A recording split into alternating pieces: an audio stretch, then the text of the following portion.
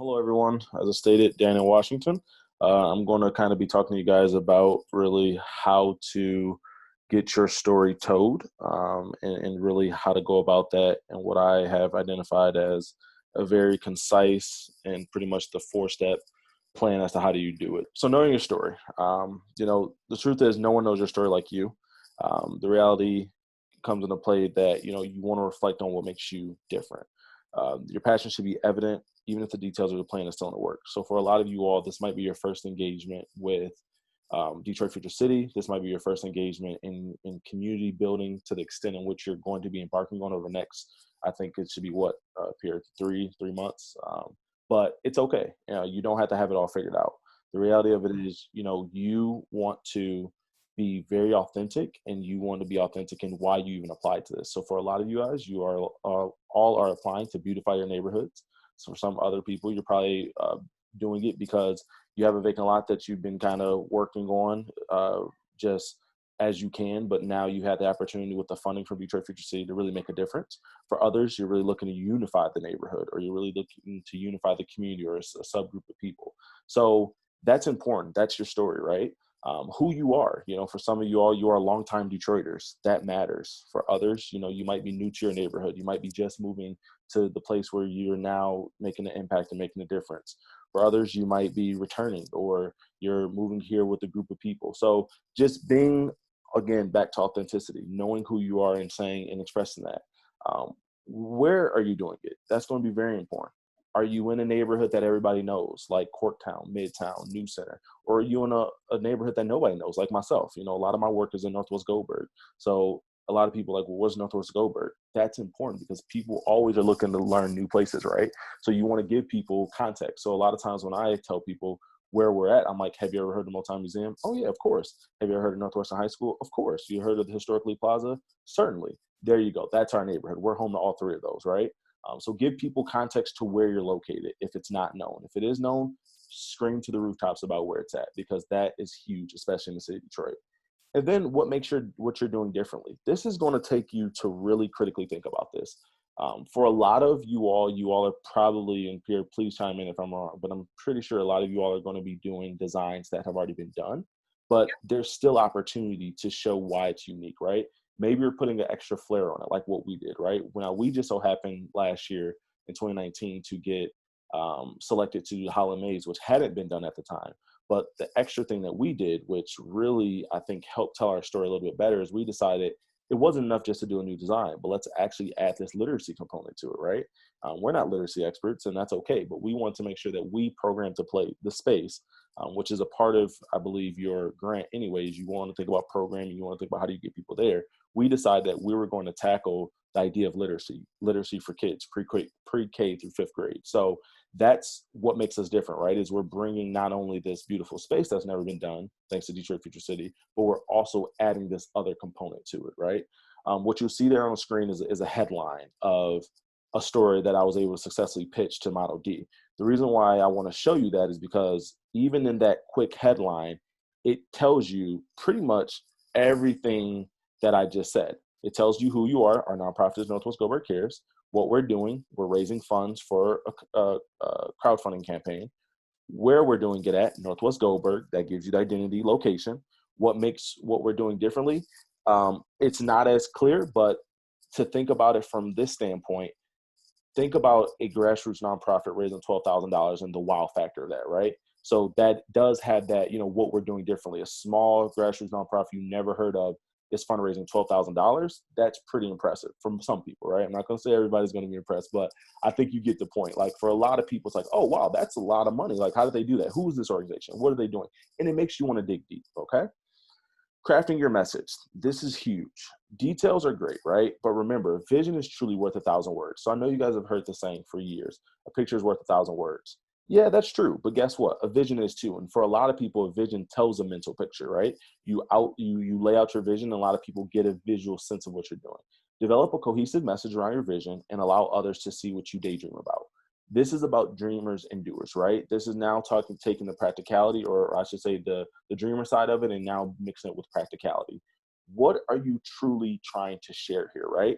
Are you trying to share a heartfelt story where people are going to be clamoring to be a part of this because you're doing something that people can be a part of, whether that's be donating or people can volunteer their time or their energy effort? What are the main points of your story? Think about that. Are you getting this article done because you're looking for some grant dollars for sustainability? So you're talking about how the work you're doing is impacting, X amount of lives. And what is one fact that cannot absolutely be missed? Think about that. For us, I'm a homegrown kid. I was born and raised in Northwest Goldberg. So for a lot of people, the authenticity that sometimes get questioned with development around Detroit can't be questioned, right? They get it. Oh, this is a neighborhood kid. He's doing the work in the neighborhood. He's making sure that he's really about what the neighborhood wants, not just what he wants as an individual. And that's important. And if you are an outsider, talk about the community engagement. Talk about how many events you guys have had where you guys have opened it up to the community. Talk about ways in which you guys are constantly engaging, doing door-by-door conversations and having gatherings, of course, post and pre-COVID, right? But the whole point and the whole aim for this is to really craft a strong message, craft something that allows people to really understand why you're the right person to do what you're doing. Because for a lot of people, believe it or not, even though I know our ladies from Van Dyke Horn probably knows this, in the news industry, it's called, if it bleeds, it leads. That's the concept, right? News had become that way over the last 30 years where, if somebody's bleeding, that's going to be spotlight news. But now we're in a very unique time that I want all of you all to think about capitalizing on, where people are looking for positive stories. People are looking for something to be a part of that they can feel good about, that eases their mind from all the crazy things that happen in the world. So take advantage of that. So again, we have a screen grab from an article that I got ran, I believe that was, yes, last year.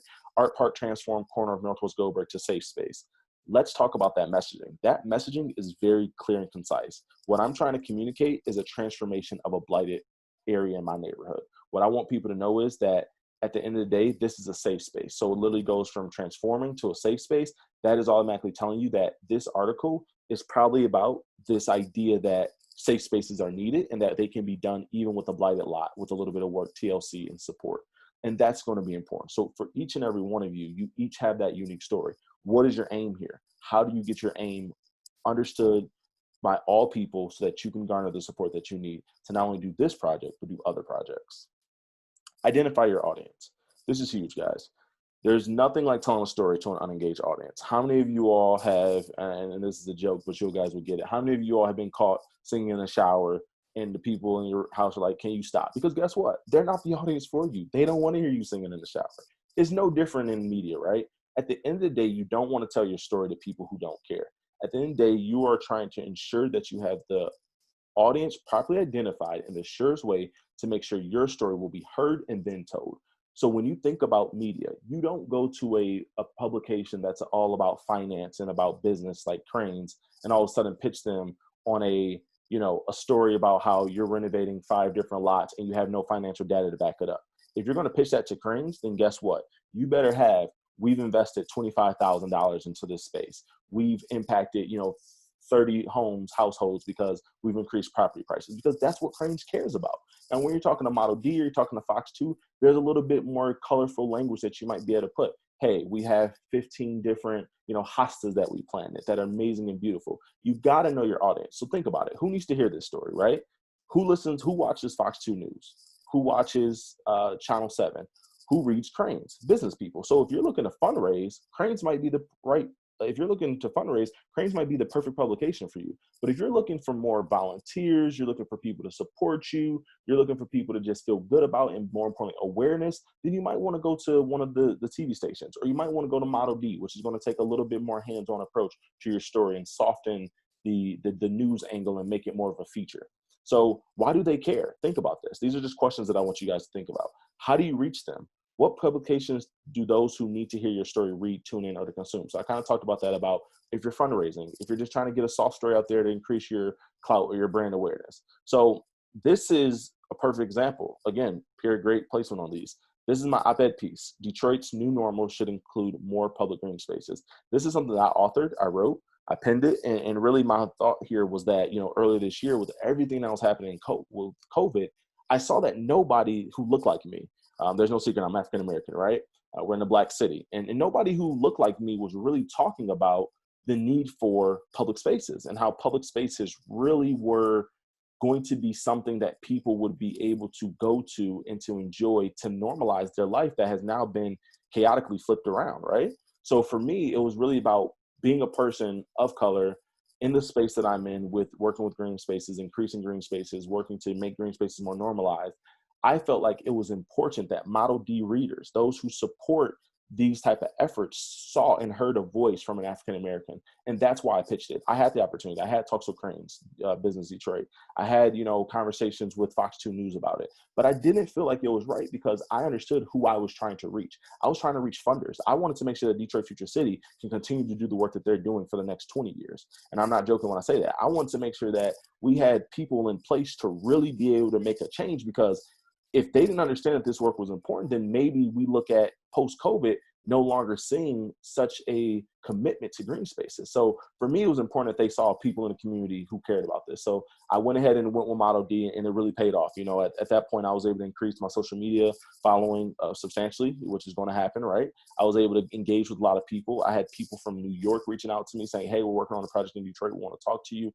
And that's really the whole goal of all this, right? The whole goal of this is the last slide, which I'm most happy about, is pitching your story and, more importantly, getting it ran. Getting people to watch it, listen to it, subscribe to it, enjoy it, and support you based off it, right? So we're just going to jump right into it with pitch your story. Pitch your story, tell it with conviction, right? Make sure they have your contact information. I know that sounds remedial, but trust and believe. When you put together a quick press release, or you put together a quick little blurb, little email, you'll be surprised how many people don't have a signature that has their contact information in there. So how do I get in contact with you? Yeah, I can email you, but what if I want to get on the phone? Because I want to hear your energy. I want to hear your passion. I want to hear your story. So make sure you do that, right? And then drafting a press release isn't the end of the world, but it's the start of a good storytelling. And what I mean by that is, I get it. Press releases sound overwhelming. I hear you. I did go to journalism school. I get that I have a little competitive advantage, but to be completely transparent with you all, a press release is not the end of the world. It really is the start, hopefully, of you all getting your story told. And you can Google that stuff. I mean, again, and I'm not trying to, take any shots to anybody in terms of, what their ability or skill level is, but Google is your best friend.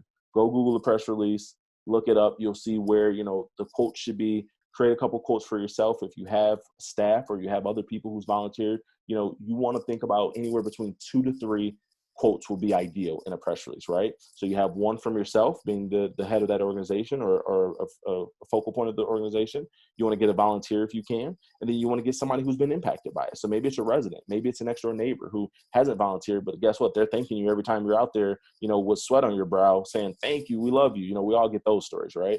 And you want to make sure that you do that. And then think about it from this standpoint. Before you even get to a press release, I want you to sit down and just write 2 to 3 sentences to summarize your story.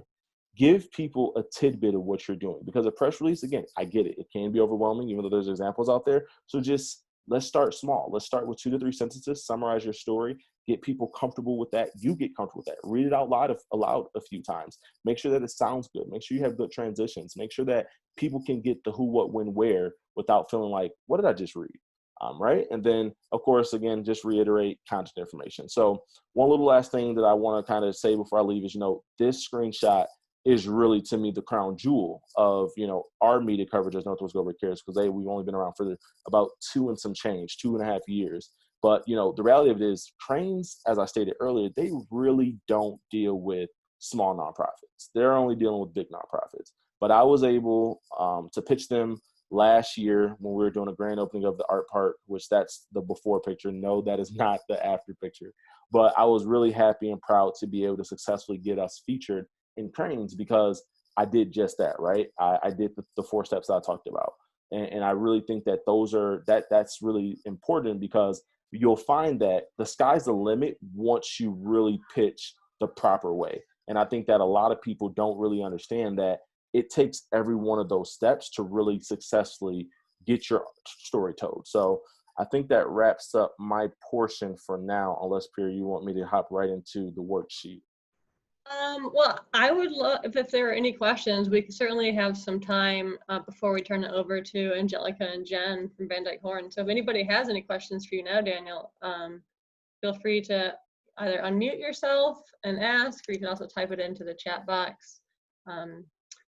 If there aren't any questions, we can move forward. Or Daniel, if you do want to talk about the worksheet, a little more. Everyone should have gotten an email attachment with that worksheet. Okay, yeah. I don't think it's on this document, so I'd have to No. bounce out and come back to it, which is not the end of the world. So let me just do that. If we have any questions, though, I definitely want to take those before I transition to the worksheet. If anybody has questions.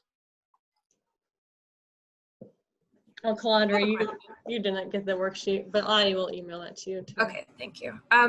So the pitching your story. So I'm new overall to like media presence and really being intentional about media. I think in the way that I've used it, even with my own personal projects, I've always just been like, just put it out there and see what happens. But with Jennifer and now with this too, I'm seeing that if you do a strategy, you can really get more out of it. So when you're pitching your story, like, are you responding to someone asking for pitches, or are you just like cold pitching someone? I don't know if that's a term.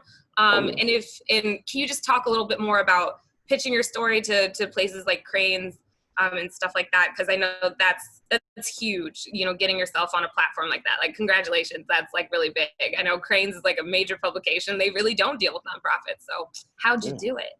Yeah, that's a great question. So, I haven't really talked much about it because I know this resonates more with people here on this call with nonprofits, but I do have a for-profit, Detroit Doe, that has also seen, I'd say, 4 times the success in terms of media coverage as Northwoods Gilbert Cares. But still and yet, one thing that I was able to do was build relationships with people. And I will tell you that all the relationships that I built always started with the cold call or cold email. I tell people all the time, something about being a doer in Detroit, especially, and this will resonate, I'm sure a lot of people on the call, is you have to be fearless in your action, right? You have to know what you want to do, but you have to be fearless. And for me, it's really about going to their website. We can actually do it together really quickly. Go to Cranes, go to any of these publications, and sorry, this bar is in my way. I don't like this. What's going on? I know. Here you go. So go to Cranes, Detroit. And the first thing that you want to do in most cases, and this is how most publications are, you scroll down to the bottom and you look, you see staff. Typically you'll see an about or you'll see a staff. And this usually is a cheat sheet to get you in the driver's seat to be able to contact a legitimate person.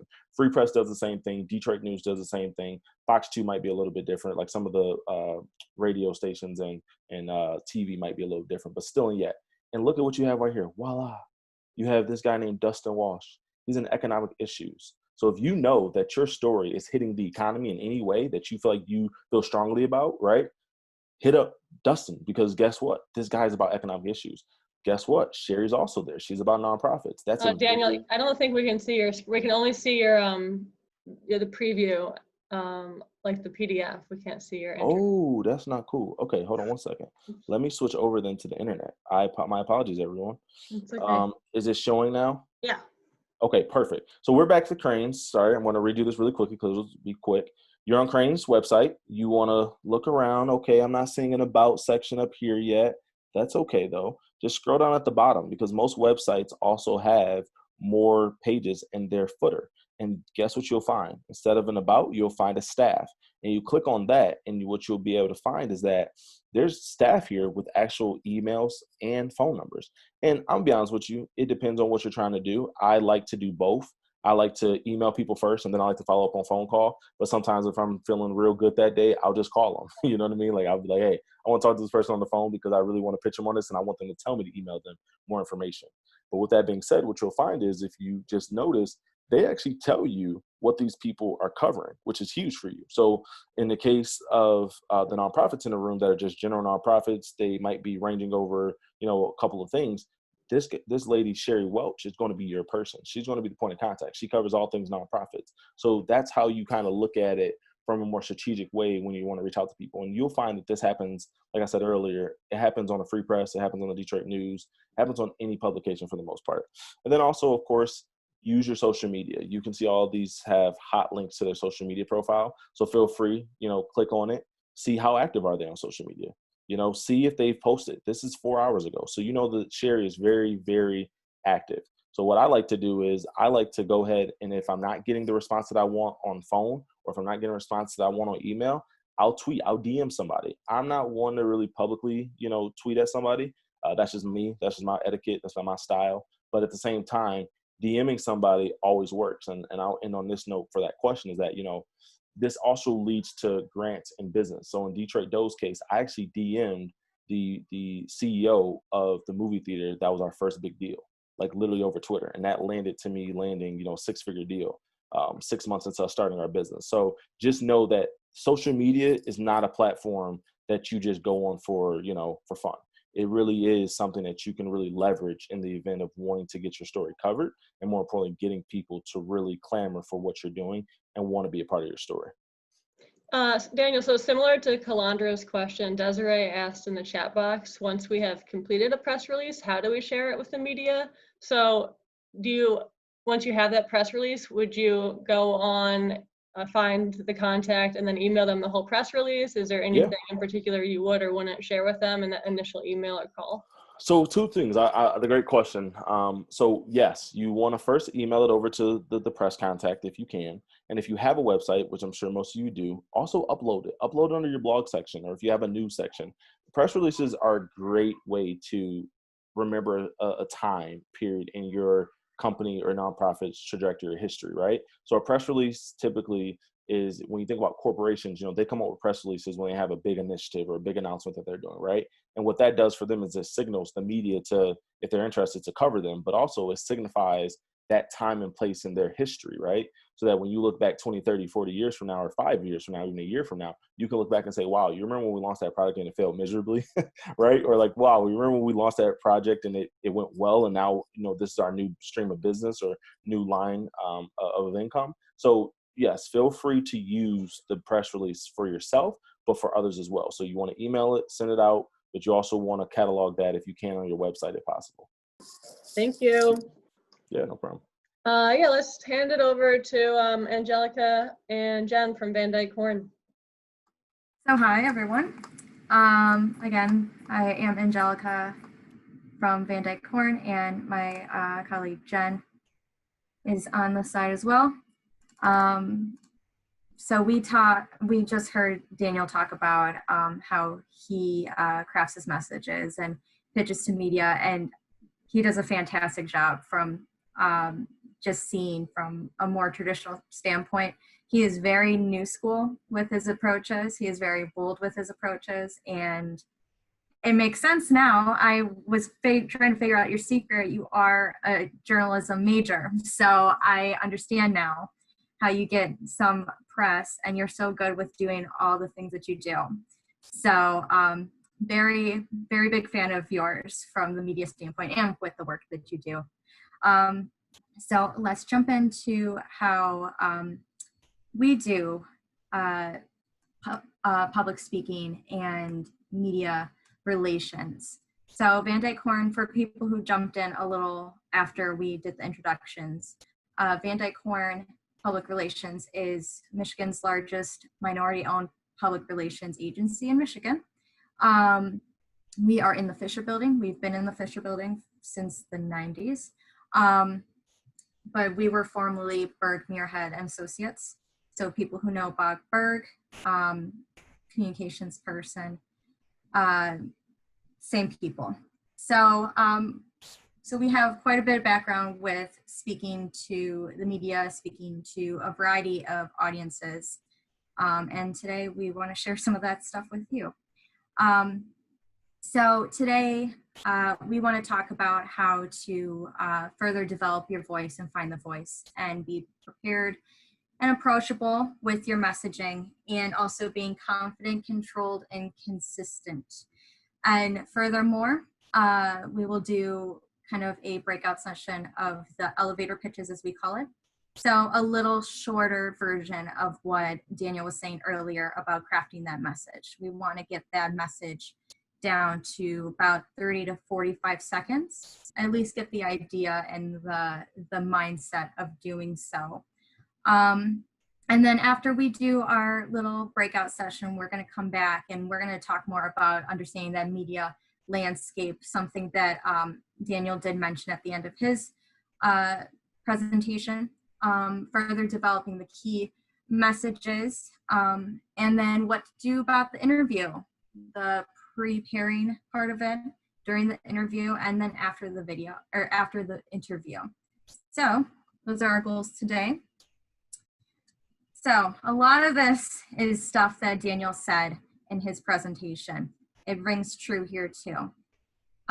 We want you as people in your organization to be valuable to the audiences. It doesn't matter if you are the CEO of the company or if you're just, a general associate or, just the entry-level person or even an intern. You are a spokesperson for your company that you're about. So you bring expertise, you bring research, you bring stuff that is valuable to share with the public. So, like Daniel said also, we need to figure out who is your audience and what do they know about your topic. It's the who, what, when, where, why.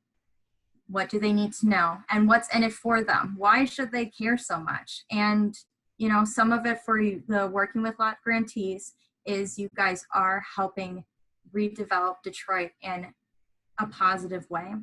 So, so that's what you should start thinking about, those kinds of, why do I care?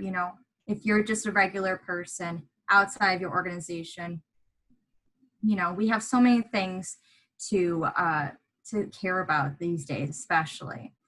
Why do I need to know about your organization, what you're doing? So, and this includes in media and in presentations when you're speaking among a group of people, even like here. So key messaging, being a strong spokesperson, it is valuable on and off the camera. So the characteristics of a good speaker is, of course, being confident and being bold. You see a lot of different spokespeople in the media in a variety of industries, from your CEOs to your entertainers.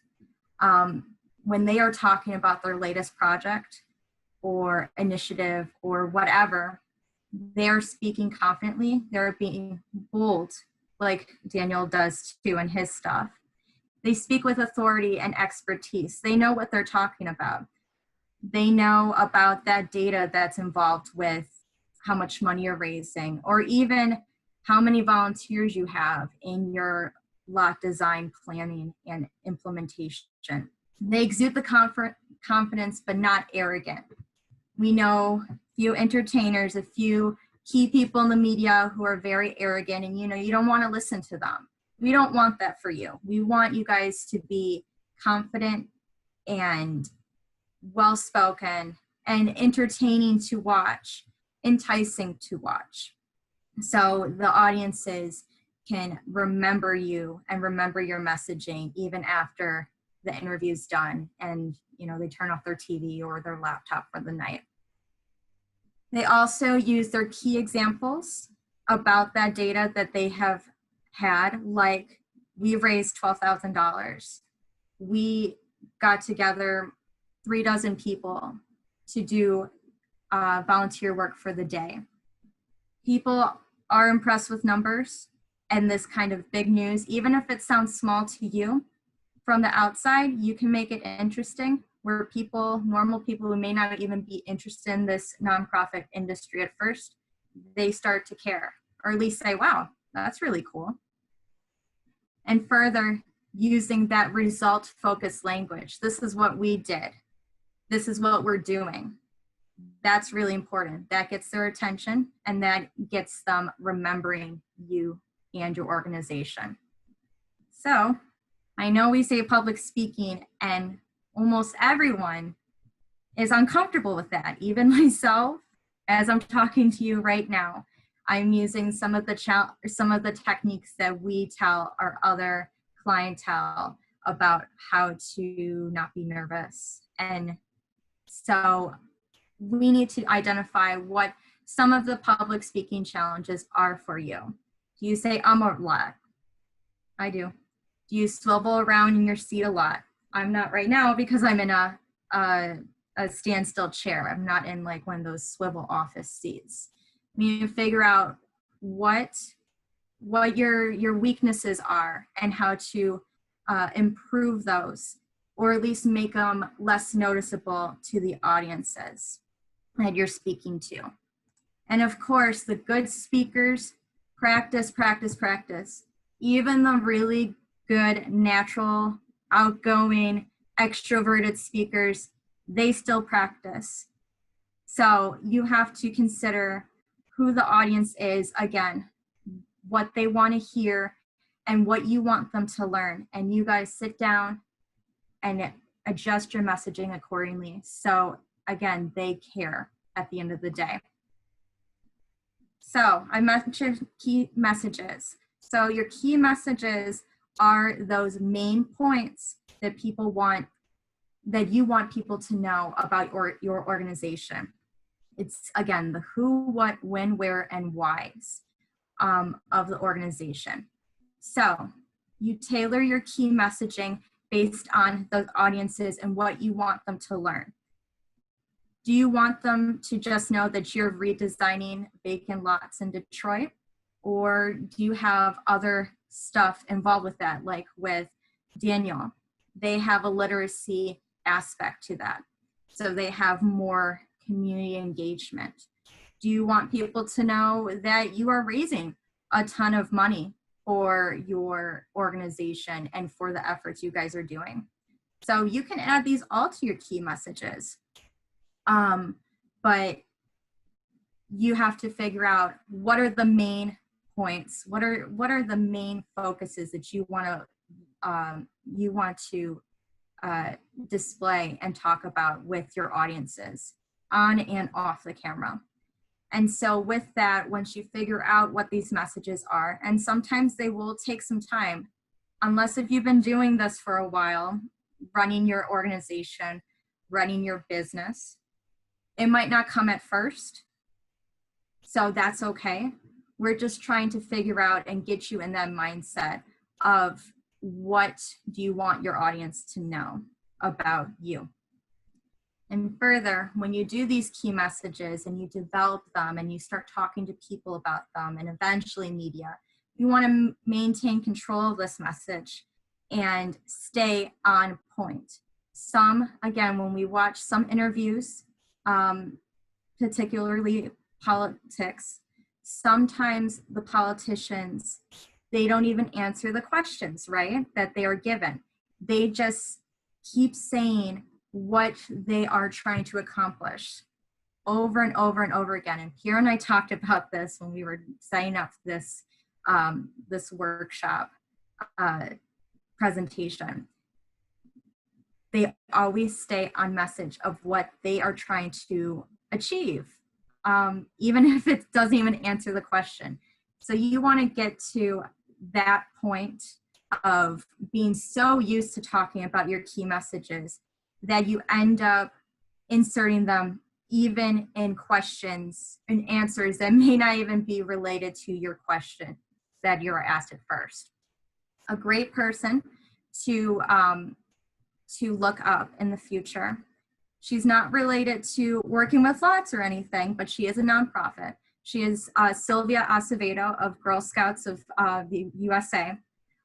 She is a fantastic public speaker, and she is fantastic with delivering her key messages to her audiences. It doesn't matter what you ask her. She will always bring it back to what the Girl Scouts are doing to enhance girls' lives through their programs and their organization. It's incredible, but she is a pro, and it goes back to she practiced a lot. There's a lot to practice and a little bit of natural talent to that. But even if you're not the best speaker in person, if you feel a little shy or introverted, you can also create and be a good speaker to deliver those messages to your audiences. And further, those messages, again, we're trying to keep them down to smaller sound bites, as we call it. So, you know, on the radio, sometimes they grab when they're talking about an interview or an event that happened. You sometimes hear a cut to the actual interview for like 30 seconds. That's a sound bite. So we want to have all your key messages to eventually be those tiny sound bites that media can grab and use for their stories that they use. Further, delivering that message so it's heard and it's understood. I feel like I'm saying the same things over and over again, but it rings true. You got to make sure with your confidence, with how you are speaking, that it's easy to understand, and so people can hear it and they listen and they retain it.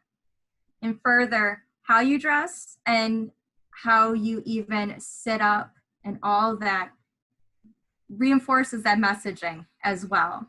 People are very visual, so you got to make sure also that you look the part on top of speaking the part.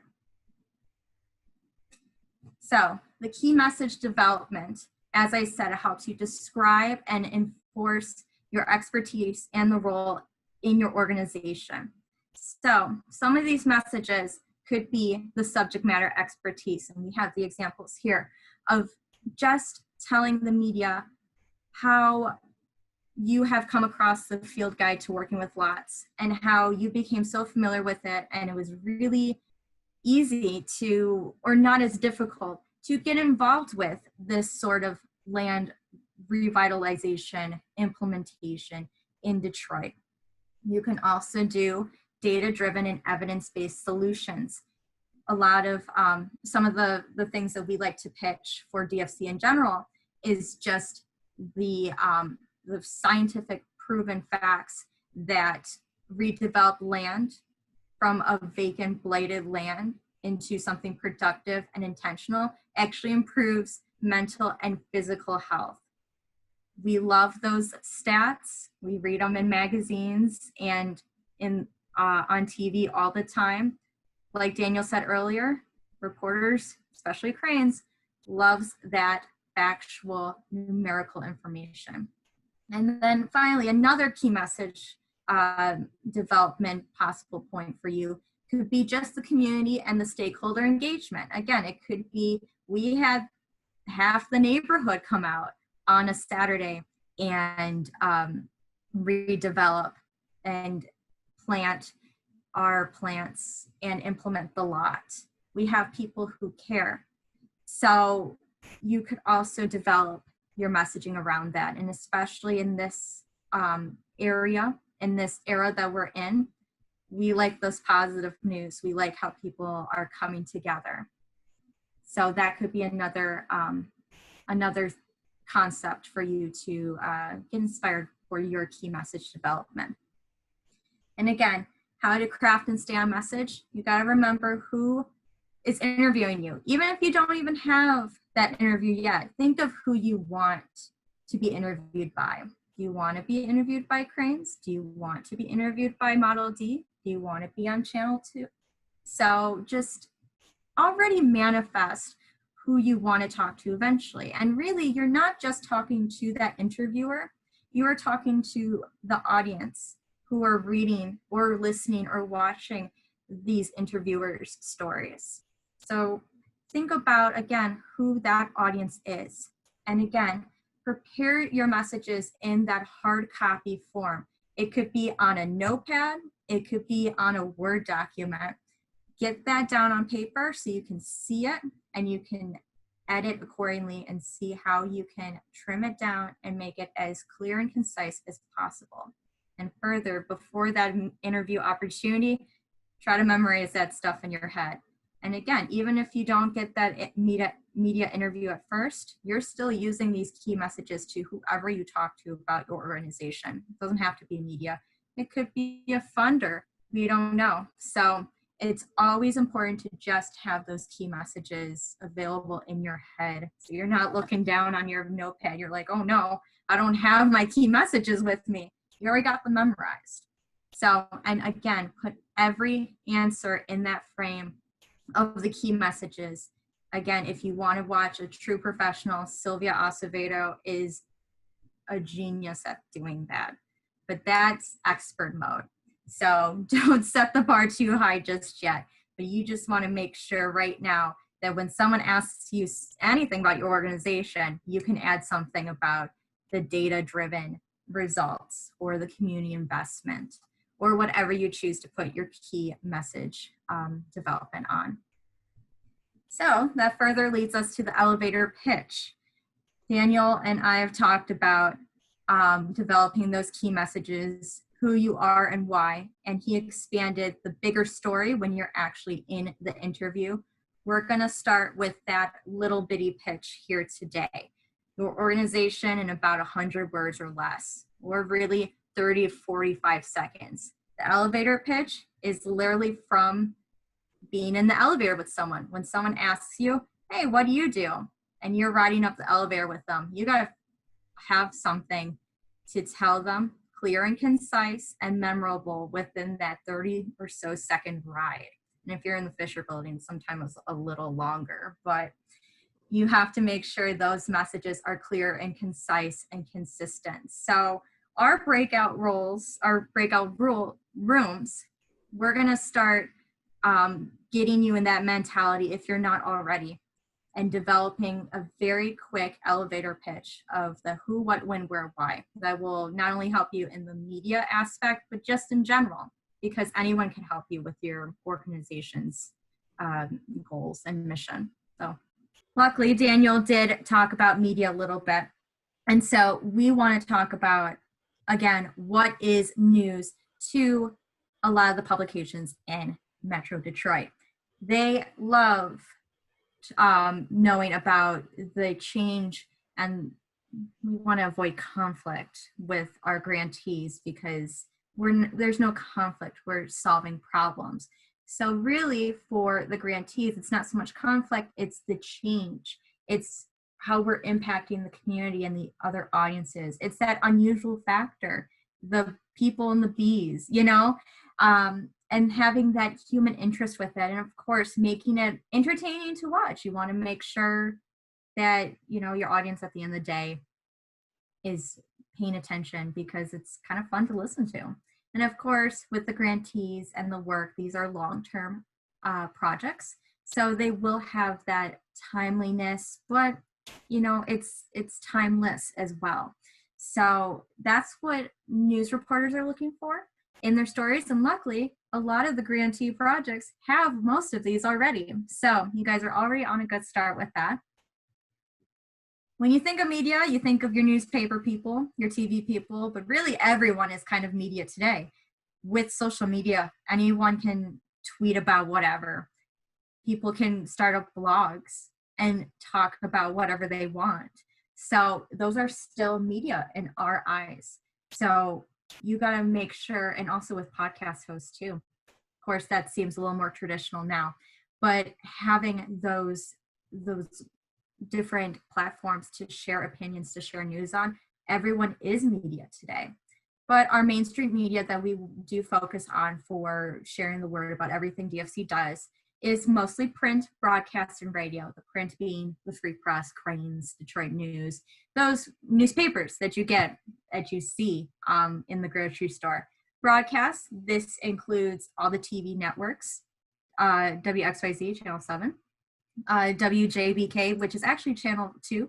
I always forget that, but there's Fox 2. And then WDIV, which is Channel 4.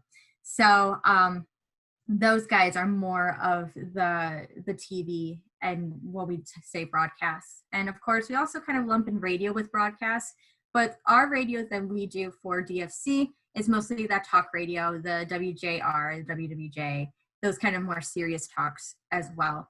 But again, we did touch upon this throughout this workshop. The media has a job to do, so they want your information, they want it quick because they have a deadline. And if people are not going to give them the information right away, they have to move on because their editors will be angry if they miss their deadline. So when you are crafting your press release, as Daniel mentioned earlier, you have to make sure that you have the contact information with your press release, with your email, so they can get back to you right away. Because if they're interested, they're going to call right away or relatively soon. So you want to make sure you are on and you are available. So, and today we've talked about earned media. That's what we call PR, public relations. It's free. It's not guaranteed. You have very little control of the content. So that includes interviews, the quotes, letters to the editor, editorial board briefings, those kinds of things. If you want complete control of what the media is talking about with you, then that's advertisement. So, but that's usually not cheap. So with the earned media, with the PR, you don't have much control of the content, but to gain control of your content, you're going to leverage the conversation through those key messages, through those elevator pitches that we've been talking about this whole night, making sure that you get out what you want to talk about, because at the end of the day, that's what they're going to print because that's what you said. So that's how you gain more control with this earned media. Daniel already talked about this. Thank you for that question earlier. And here it is again, we did Detroit news. So it's kind of easy to find the specific contact information of the staff member you want to reach. It's usually at the bottom, or just Googling it. But we take that step we take it one step further. We want to pitch to the correct people, the people who would care more about it, your story, based on their beats or the stories that they write more about, the themes. So what we like to do, we like to search through the publications that we want to pitch to and see who is talking about landscaping and agricultural stuff and revitalization of Detroit and those kinds of topics, because that's what the grantees are doing.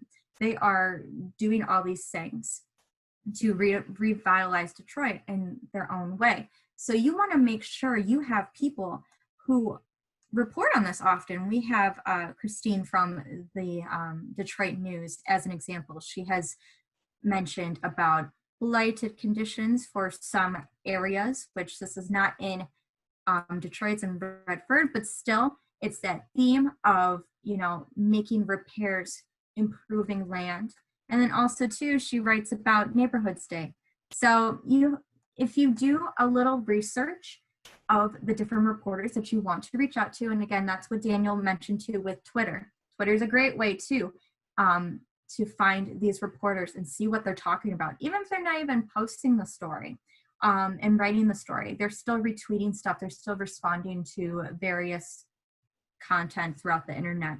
So keep an eye out on these kinds of people that you want to reach out to. But and sometimes they're not even on the staff list. Sometimes you might want to reach out to the not smaller, but the less tier staff reporters in the publication. So it's a marathon, not a sprint. Daniel has mentioned all the things that he's worked on, and he has that background of journalism, but he still has to continue building that relationship and maintaining the relationship with the media. And, it doesn't happen overnight. He put in a lot of work, and he'll probably tell you about it if you ask him, but this is something that does not happen overnight.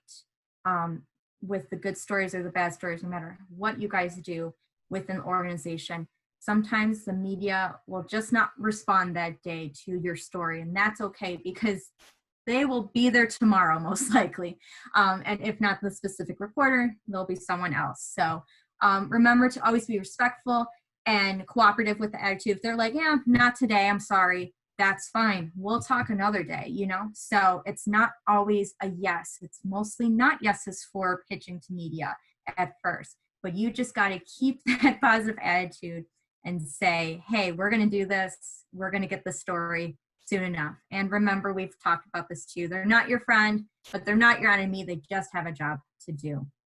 So we talked about how to be more confident with everything. With the interview and whoever you're talking to. We have a couple points to not be shaken up during some odd questions that may be a little negative for whatever reason. It's a big thing that we have in our agency. If it feels good, don't do it, which means, when you're angry in an argument, you just want to say all those nasty things to that person you're arguing to because it feels good.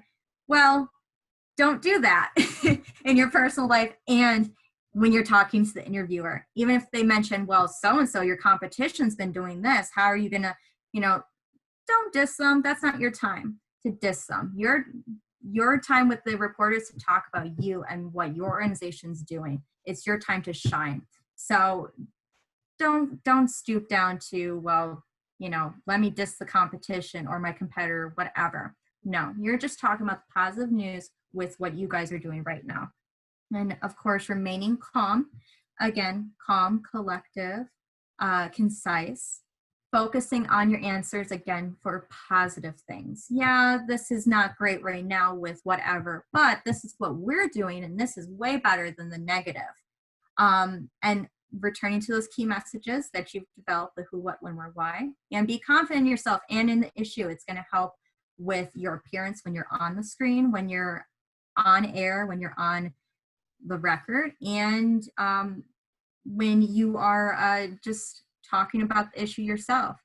It's going to help you all around. We discussed this a little bit in my breakout session too.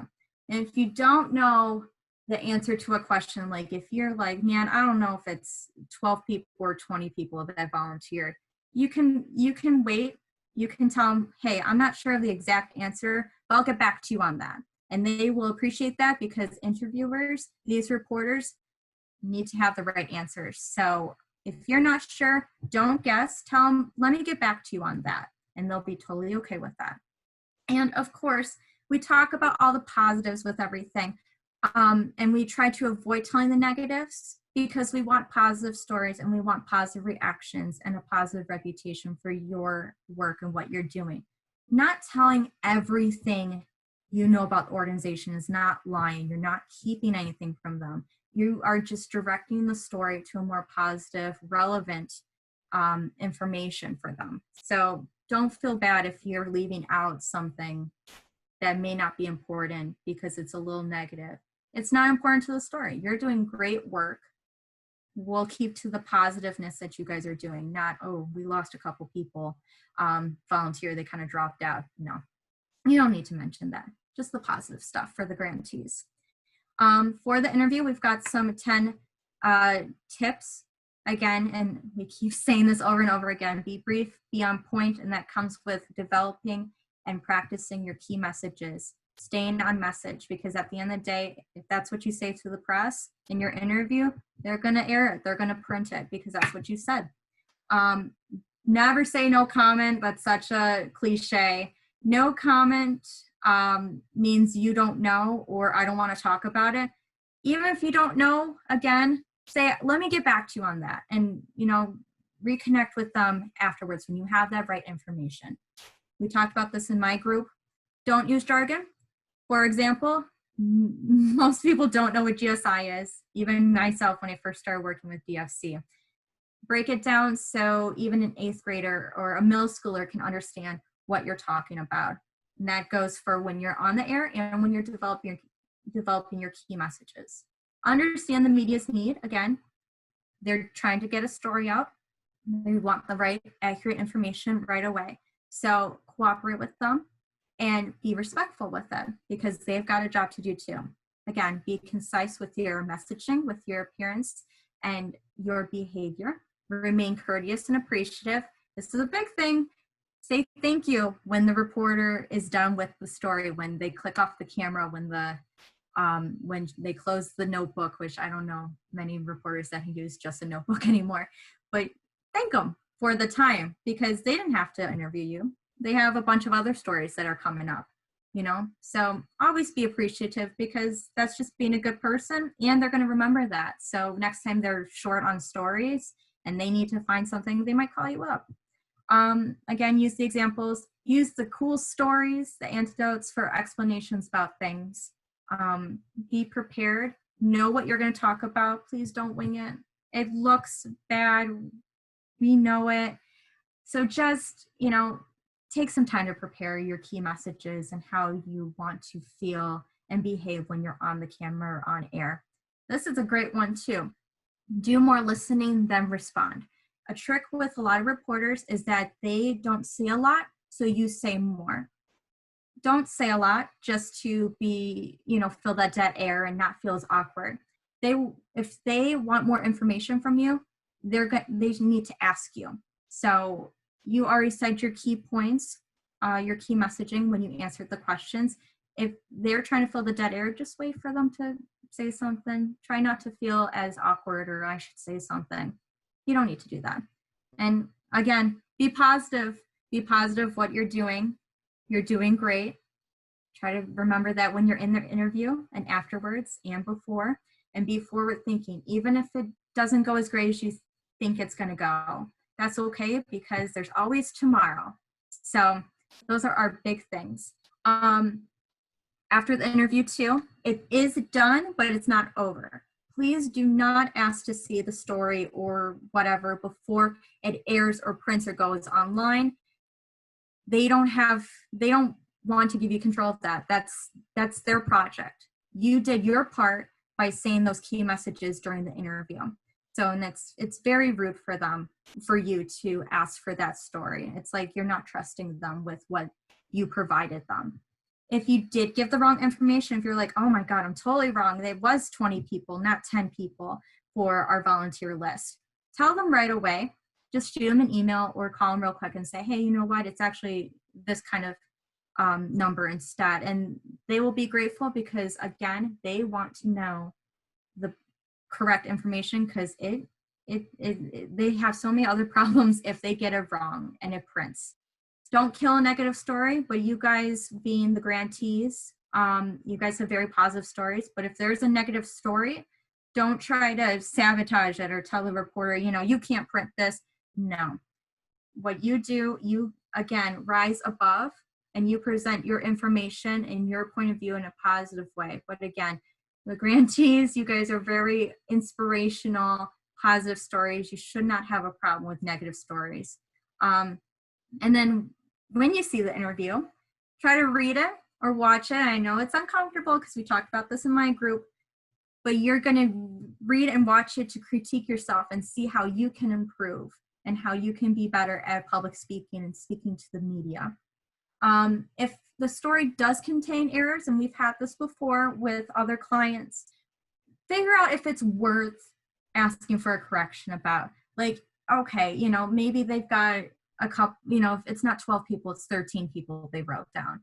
Okay, is it really worth, talking to them about it? Because you don't want to bother them. If it's actually more important, like, man, they were way off on how much money we raised, then that's something to let them know real quick about. You got to consider, is it really important enough to give them a call? Because if you're going to call them, it's got to be really a good reason why. And also, again, you're being polite to the reporter. Please don't be rude to the reporter. If you don't like the story, it's not worth it. And again, you will have more opportunities in the future to display your work. And if you're rude to the reporter, a person, you're going to have a bad rep, and these people won't want to call you again for an interview. So just little things to remember. It's a lot of information, but we want to thank you guys for listening to us tonight. This is just the beginning of your journey as media and spokesperson professionals. This takes for a very long time to master, but hopefully what we taught you guys tonight will help you set those stepping stones into becoming better spokespeople for your projects. I lost my ability to unmute myself. Sorry. It's all good. I was just like, hello. Like, now everyone's video is coming back. No one's videos are showing up for me. I'm like, oh my God, except for Rhonda's. I'm like, oh no, what's going on? But yeah, does anyone have any questions? No questions here. I've got a quick one. I'm good. All right. go right ahead. Hi, Vanessa Bias. I came in a little late earlier, but will That's they okay. be sending a link that we can go back over some of the information? I didn't get to find out. Vanessa, I can email you the packet, and we also will have this webinar online at dfc-lots.com/resources. So it's like just a field guide resources page.